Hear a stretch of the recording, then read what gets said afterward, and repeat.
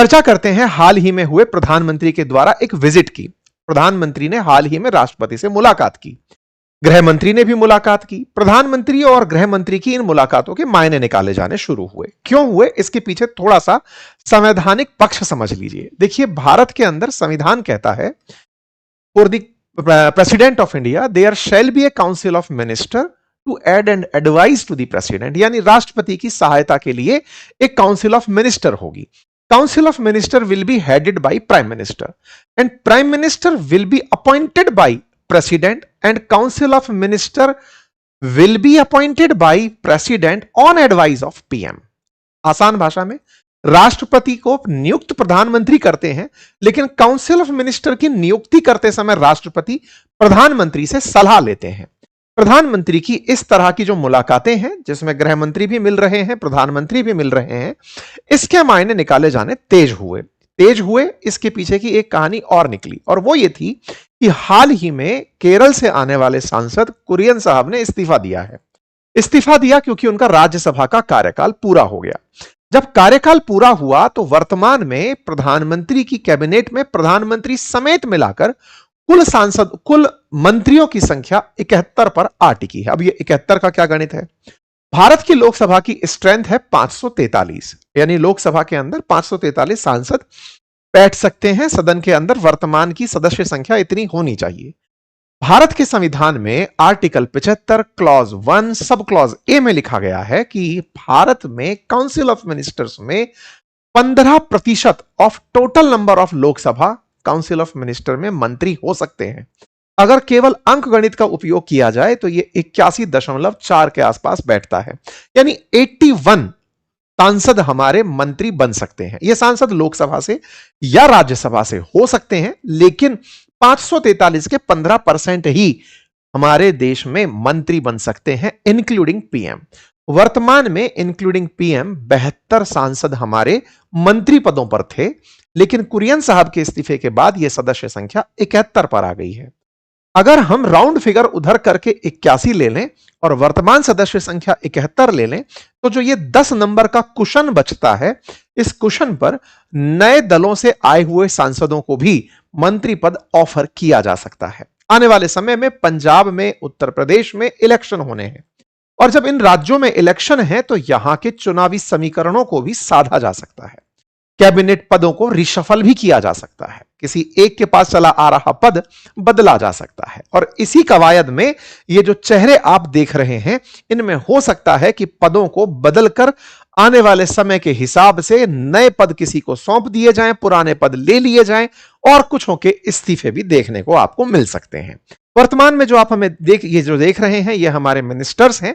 अब इन मिनिस्टर्स में किन किन के ऊपर दांव खेला जा सकता है, एक एक करके अब उनकी चर्चा कर लेते हैं। क्योंकि कुरियन साहब का इस्तीफा ये अपने आप में दर्शाता है कि इनके पद पर कोई तो आएगा, क्योंकि इन्होंने अपने पद से, जॉर्ज कुरियन ने हाल ही में इस्तीफा दिया है। तो प्रधानमंत्री की कैबिनेट में अब कौन हो सकते हैं और किन के इस्तीफे हो सकते हैं? सबसे पहले चर्चित नाम लिया जा रहा है धर्मेंद्र प्रधान जी का, लेकिन भाजपा को जानने वाले लोगों का कहना है कि भाजपा कभी भी दबाव के अंदर काम नहीं करती। हां, राजनीतिक समीकरणों को जरूर साधती है। प्रधान साहब उड़ीसा से आते हैं, और उड़ीसा की राजनीति में जिस तरह से इन्होंने बीजेपी को सत्ता तक पहुंचाया है, उसका क्रेडिट इन्हें कैबिनेट स्तर के मंत्री के रूप में दिया हुआ है। लगातार नेशनल एजुकेशन पॉलिसी के इंप्लीमेंटेशन में सराहनीय कार्य के लिए प्रधानमंत्री ने इनके जन्म दिवस पर अभी इन्हें बधाइयां दी हैं। जब प्रधानमंत्री की बधाई होती है तो विपक्ष पूरी तरह से इनके कार्यों को लेकर फिर से हमलावर हो जाता है। कौन से कार्य? हाल ही में नीट पेपर लीक का मामला हुआ हो, नीट हो, नेट हो, तमाम परीक्षाएं हो, इन सब के लिए, और तो और अभी कुछ दिन पहले सीबीएसई के अंदर ओएसएम को लेकर निकला हुआ मामला हो, भारत के अंदर कॉकरोच जनता पार्टी जैसी पार्टियां इनके इस्तीफे की लगातार मांग कर रही हो, तो ऐसे में दबाव इनके ऊपर इस बात का बनता है कि इनके पद को लेकर कैबिनेट में रखते हुए इन्हें किसी और पद पर भेज दिया जाए।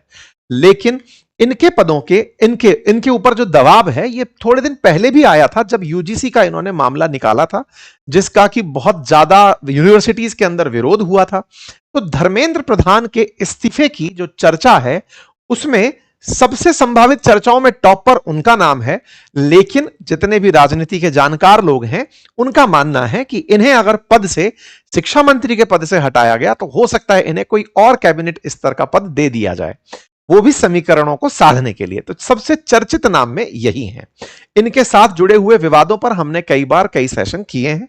हो सकता है ये पद से इस्तीफा ना दें तो फिर समीकरण कुछ और हो। चलिए, दूसरा जो चर्चित नाम चल रहा है इनके साथ साथ वो है हरदीप सिंह पुरी का। हरदीप सिंह पुरी अभी कुछ दिन पहले अपनी फाइल सुधारने में कामयाब हुए हैं। कौन सी फाइल? अभी अमेरिका ईरान जब जंग हुआ, देश में ऑयल क्राइसिस, एलपीजी क्राइसिस ये सब देखने को मिला, तो इन्होंने कुशल प्रबंधन करके अपनी चीजों को सही से पेश किया। लेकिन कुछ दिनों पहले ही विपक्ष इन पर एप्स्टाइन के साथ संपर्क होने के कारण हमलावर था। जिनसे संभावित नामों में जोड़ा जा सकता है उनमें हरदीप सिंह पुरी का नाम भी आता है कि हो सकता है कि उस समय एप्स्टाइन के साथ नाम कनेक्ट होने पर भाजपा इनसे अपना पाला साफ कर ले कि नहीं भैया, आपको हम हटाते हैं। क्योंकि अपोजिशन ने पिछले सत्र में लगातार इनके नाम और प्रधानमंत्री के ऊपर एप्स्टीन के साथ जो कनेक्शन है उनको लेकर काफी ज्यादा बयानबाजी की थी। तो दूसरा नाम जिसको जाने की सदन के अंदर चर्चा है उनमें हरदीप सिंह पुरी का नाम है। अब यह होता है या नहीं होता है, यह आने वाला समय बताएगा। लेकिन अगर रीशफल होता है तो कौन से चेहरे बदल सकते हैं, कौन से चेहरों का विभाग बदल सकता है, कौन से नए चेहरे आ सकते हैं, इन्हीं की चर्चा आप और हम संभावित चर्चाओं में लेकर कर रहे हैं। अगर इनका पद गया तो फिर जा किसके पास सकता है?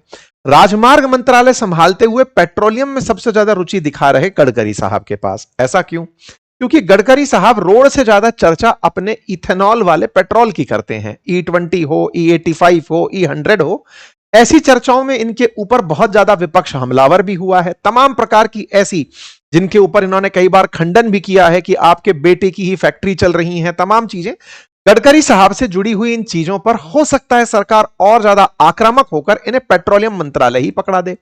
यह व्यवस्था इस तरह से भी हो सकती है कि हरदीप सिंह पुरी जी के काम को आजकल ये ज्यादा अच्छे से हैंडल करे हुए हैं, तो हो सकता है कि राजमार्ग के साथ इन्हें अतिरिक्त रूप से पेट्रोलियम का भी प्रभार संभला दिया जाए।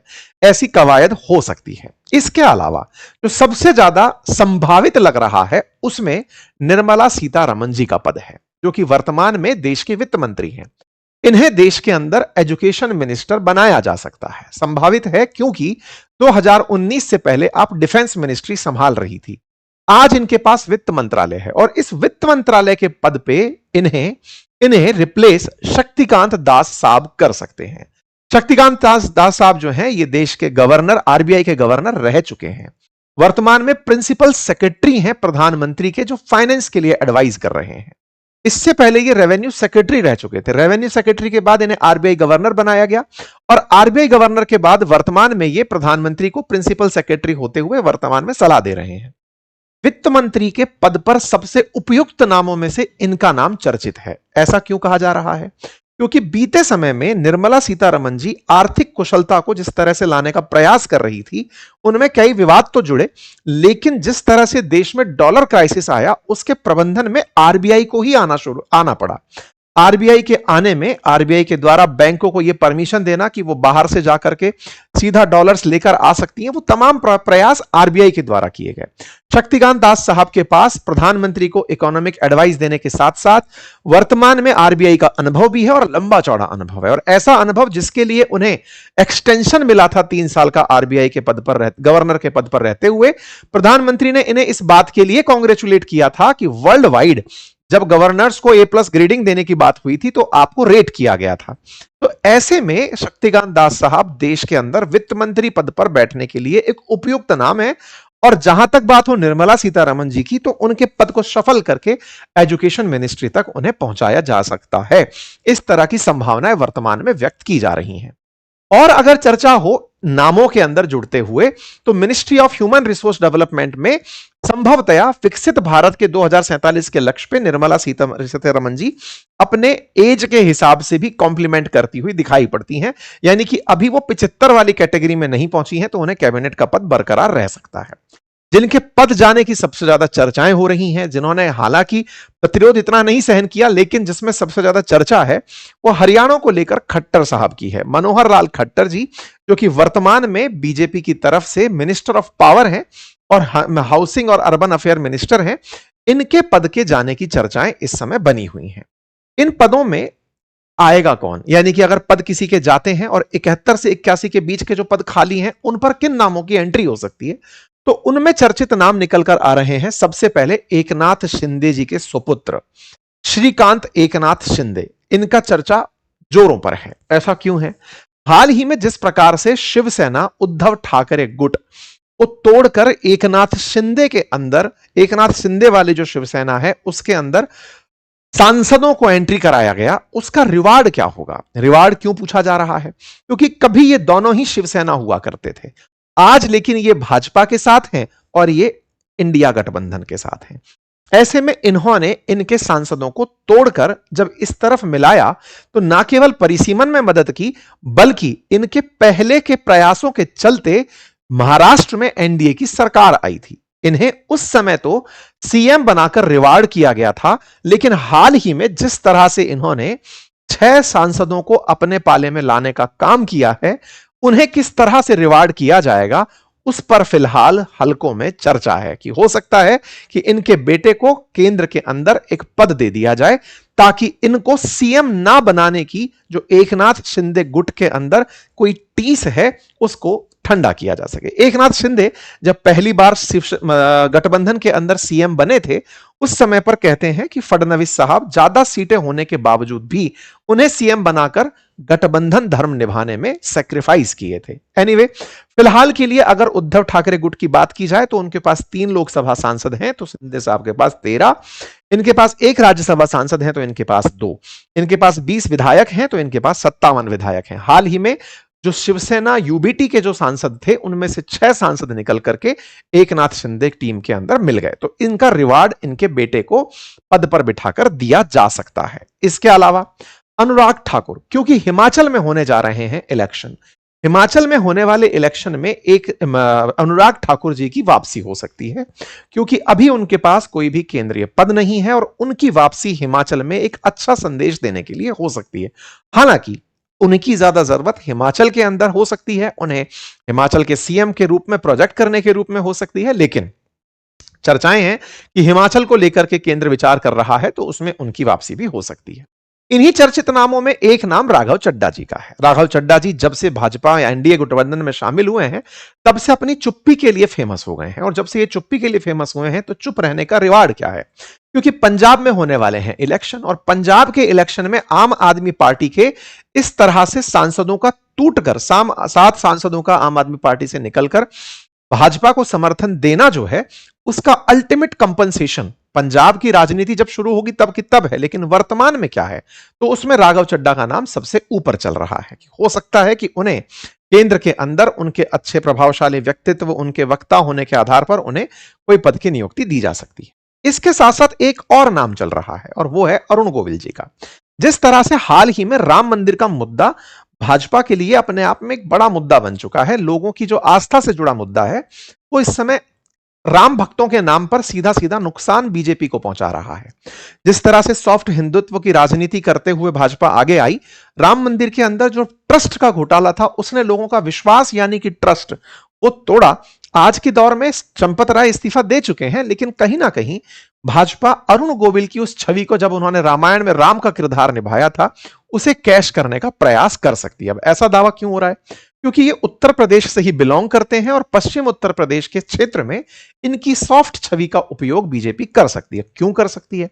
क्योंकि असल मायने में अभी जो स्थिति बनी है उसमें उत्तर प्रदेश से ही आने वाले एक और चेहरे पंकज चौधरी जी को उत्तर प्रदेश के चुनाव प्रभार के लिए भेज दिया गया है। मतलब एक तरह से समझिए कि इनकी एक टीम गठित की गई है जिसमें 64 सदस्य हैं, और ये जाकर के मुलायम सिंह यादव जी का जो वोट बैंक था जिसमें एमवाई गठबंधन था उसकी काट ढूंढने के लिए, ओबीसी वोटों को काटने के लिए इन्हें, जो इनके पास में वित्त मंत्रालय था, स्वतंत्र प्रभार, स्टेट मिनिस्टर जो था, स्टेट मिनिस्ट्री थी, इनके पास स्वतंत्र प्रभार नहीं था, इनको उत्तर प्रदेश में राजनीति जो चुनाव की होने जा रही है उसके लिए वापस से टास्क पर भेजा गया है। तो संभवतया पदों की रीशफलिंग कुछ इस प्रकार से हो जाए। एक और नाम जो चर्चा में है वो है रवनीत सिंह बिट्टू जी का, जिन्हें भी पंजाब की राजनीति में कुछ अच्छा परफॉर्म करने के हिसाब से हो सकता है कि उन्हें फिलहाल के लिए रिप्लेस कर दिया जाए। कुछ इस तरह की कवायद बन रही है। चर्चा नीतीश कुमार जी की भी है, क्योंकि नीतीश कुमार जी जब से बिहार से आए हैं, सम्राट चौधरी वो कारनामा नहीं कर पा रहे जो नीतीश कुमार जी की लीगेसी थी। सम्राट चौधरी का जो कार्यकाल है वो लगातार सवालों में चल रहा है, लेकिन नीतीश कुमार जी को भाजपा और एनडीए गठबंधन उचित सम्मान नहीं दिया। ये कहीं ना कहीं गठबंधन के घटक दलों में है।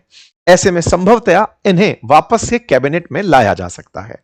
केंद्रीय कैबिनेट में इनके साथ कुछ ऐसे पद जैसे ग्रामीण विकास मंत्रालय, कृषि किसान मंत्रालय, पंचायती राज, जल शक्ति, कुछ इस तरह के मंत्रालय या फिर वरिष्ठ कैबिनेट मंत्री का एक दर्जा देकर के उनके साथ सेटलमेंट किया जा सकता। एक हाल ही में टूट और हुई जो टीएमसी के अंदर थी, टीएमसी की टूट में कहीं ना कहीं वो जो बागीपन था, जो कि जाकर के बागी सांसदों ने अपने आप से किसी एक अन्य पार्टी, एनसीपी नाम की पार्टी को समर्थन दिया, उनके सांसदों को भी संभवतया कहीं ना कहीं अकोमोडेट किया जा सकता है। हालांकि उन्होंने अभी तक एनडीए में अपना मर्जर डिक्लेयर नहीं किया है। ऐसे में देखना होगा कि उन्हें साथ में लाया जाता है या फिर उन्हें किसी आयोग के अंदर एडजस्ट कर दिया जाता है। ये सारी चीजें संभावित रीशफलिंग के नाम पर फिलहाल चल रही हैं। आपको क्या लगता है? कमेंट बॉक्स में बताइए कि कौन सा नाम ऐसा है जो आपकी नजर में रीशफल हो सकता है।